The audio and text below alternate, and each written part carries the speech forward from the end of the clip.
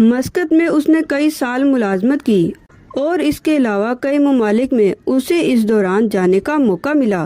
وہ مختلف travel agency کے ساتھ ویزے دینے کا کاروبار کیا کرتا تھا۔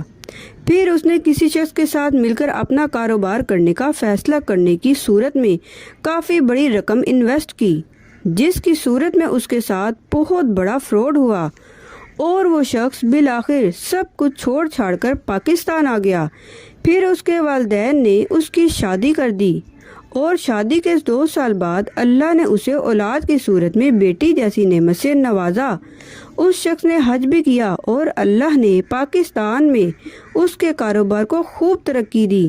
یہاں بھی وہ ٹریول ایجنسی کے ساتھ کام کر رہا تھا اور اس کے علاوہ اپنا بزنس بھی سیٹ کر چکا تھا۔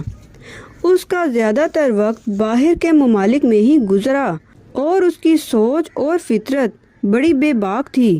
اس نے یہاں آ کر یہ بھی نہ سوچا کہ میں شادی شدہ ہوں اور ایک بیٹی کا باپ بھی ہوں۔ اپنی بیوی اور بیٹی کے علاوہ اس کے پاس دنیا جہان کی ساری عورتوں کے لیے ٹائم ہوتا تھا۔ وہ اپنی بیٹی میں بالکل دلچسپی نہ لیتا، نہ وہ شخص نماز پڑھتا، نہ روزہ رکھتا۔ غرض یہ کہ نہ حقوق اللہ کا خوف، نہ حقوق العباد کا خوف، بس ہر وقت دوسری غیر عورتوں میں دلچسپی رکھنا اس کے لیے عام سی بات تھی۔ اس کی بیوی کئی بار اس بات پر اسے سمجھانے کی پوری کوشش کرنے لگتی، تو صرف آپ بات کو کب سمجھے گے، کب بدلے گے؟ آپ کو ذرا بھی اللہ کی پکڑ سے ڈر نہیں لگتا؟ کیوں گمراہی کے راستے کو آپ نے اپنا سب کچھ سمجھ لیا ہے؟ میں آئے روز کے جھگڑوں سے تنگ آ گئی ہوں۔ اب ہماری بیٹی بڑی ہو رہی ہے، وہ ہماری طرف دیکھتی ہے، وہ ہماری باتوں، ہمارے رویے کو محسوس کرتی ہے۔ خدارا اس گناہ کی زندگی سے نکل آئے، کچھ نہیں ہاتھ آنے والا آپ کے۔ اور یہ جو کل آپ کال پہ کسی سے کہہ رہے تھے اسلام 4 شادیوں کی اجازت دیتا ہے، اس کی بیوی نے اپنے شوہر کا ہاتھ پکڑ کر اسے صوفے پر بیٹھنے کو اشارہ کرتے ہوئے کہا، یہ جو آپ باہر کی عورتوں کو اسلام سمجھاتے پھر رہے ہیں، کیا آپ کو گھر میں اسلام کے مطابق زندگی کو لے کر چلنا نہیں چاہیے؟ اور اس کی بیوی مزید طنز کرتے ہوئے بولی، پہلے آپ ایک بیوی بیٹی کے حقوق پورے کرنے کے قابل تو ہو جائے، پھر پورے شوق سے کر لیجیے گا 4 شادیاں۔ آپ کو کچھ پتا بھی ہے؟ آپ کی بیٹی آپ کو سارا دن بلاتی ہے، آپ جس راستے سے آتے ہو وہاں گھنٹوں دیکھتی رہتی ہے اور پھر اپنے کھلونوں سے کھیلتی ہوئی سو جاتی ہے۔ کیسے باپ ہے آپ؟ اپنی اولاد کی محبت یاد نہیں آتی؟ آپ کو بیوی کا انتظار اور بے قراری، پریشانی نظر نہیں آتی آپ کو؟ اور چلے ہے یہ دوسری عورتوں کو سہارا دینے۔ ارے میں مر گئی ہوں کیا؟ مجھے کون سمجھے گا؟ میرا درد کون بانٹے گا؟ میرا دل تو ویران ہے۔ میں تو شوہر کے ہوتے ہوئے خود کو لاوارث کیوں سمجھوں؟ آخر کیوں؟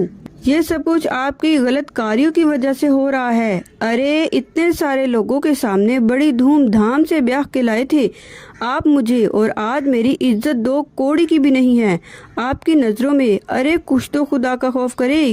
کیوں چاہتے ہیں روز محشر میں اور میری بیٹی آپ کا گریبان پکڑ کے آپ سے اپنا حق مانگے؟ مت کرے ایسا۔ کل کو یہ بڑی ہو گئی، ساری دنیا میں آپ کی مثالیں دے گی، آپ کے بارے میں سب کو بتائے گی کہ یہ ہے میرے پاپا جو سب سے زیادہ مجھ سے پیار کرتے ہیں، مجھے فخر ہے اپنے پاپا پر۔ یہ سب بتائے گی جو آپ کر رہے ہیں۔ بتائیے مجھے ذرا ادھر دیکھیے میری طرف۔ اب آپ نظریں کہاں ملائیں گے؟ کیونکہ جو مجرم ہوتا ہے وہ نظریں کہاں ملا سکتا ہے؟ آپ میرے اور میری بیٹی کے مجرم ہیں، مجرم۔ اور وہ یہ سب کہتے ہوئے پھوٹ پھوٹ کر رو پڑی۔ توصیف اٹھا، اس نے اپنی گاڑی اسٹارٹ کی اور سیدھا اپنے روحانی استاد کی طرف چل پڑا۔ مولوی عبداللہ ایک روحانی بزرگ تھے اور وہ اپنے روحانی استاد کے سامنے سر جھکائے 2 زانو ہو کر بیٹھ گئے اور آنسو سے رونے لگا۔ آج بیوی کے دل دہلاتی ہوئی گفتگو اور اس کے آنسو نے اسے گھٹنے ٹیکنے پر مجبور کر دیا۔ وہ بھلکتا ہوا اپنے روحانی بزرگ سے کہنے لگا، کیا کروں؟ یہ بری عادت تو نشے کی طرح پیچھا ہی کرتی رہتی ہے، میری جان ہی نہیں چھوڑتی۔ میں سب چھوڑنا چاہتا ہوں، لیکن نہ جانے یہ گند کہاں سے آ کر پھر میرے ساتھ لگ جاتا ہے۔ مجھے بڑی بو محسوس ہوتی ہے اس کی، کیا کروں، کدھر جاؤں؟ وہ بزرگ خوشی سے بولے، ارے بیٹا، اگر گناہ کی بو محسوس ہوتی رہے تو سمجھو تم پر اللہ کی رحمت ہے۔